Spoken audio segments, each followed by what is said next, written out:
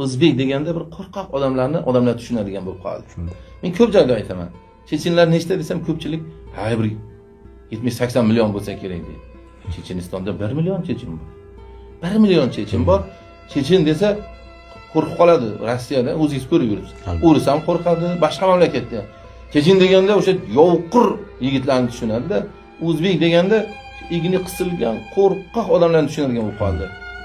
Men o'zim Moskvada ko'rib ichim achiganda 70-80 ta odam tursa, bitta formali odam kelsa, u ichki ishlar bo'lish shart emas, bir o'chiruvchi bo'lsa ham-da, endi bojxonachi bo'lsa ham formalikni ko'rsa 80 kishining orqasiga o'tib ketib, bunday qilib turadi-da o'zbek. Nimaga? Jaloliddin edi-ku, mendirman edi-ku. Nimaga menman deya olmay qoldi o'zbek? Mana shu 30 yillik iskanja odamlarni qo'rqoq qilib qo'ydi. 30 yildagi o'sha yuraklarimizga kirgan qo'rquv yurakda tomir otdi. Biz tommanada men ham qo'rqaman. Hamma qo'rqadigan bo'lib qoldi. 3 kishi gaplashsa, uchinchisidan shubhalanadigan bo'lib qoldik. Chunki shunday bo'lib qoldi.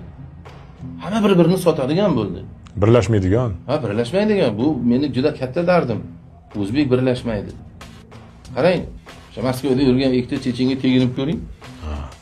Yoki boshqa millatga teginib ko'ring, gruzinga teginib ko'ring. Hatto tojiklarga ham, tojiklar ham bizdan ko'ra birdamroq. Bitta o'zbekni o'rislar yoki boshqalar qiymalasa, qolgan nima qilib turadi?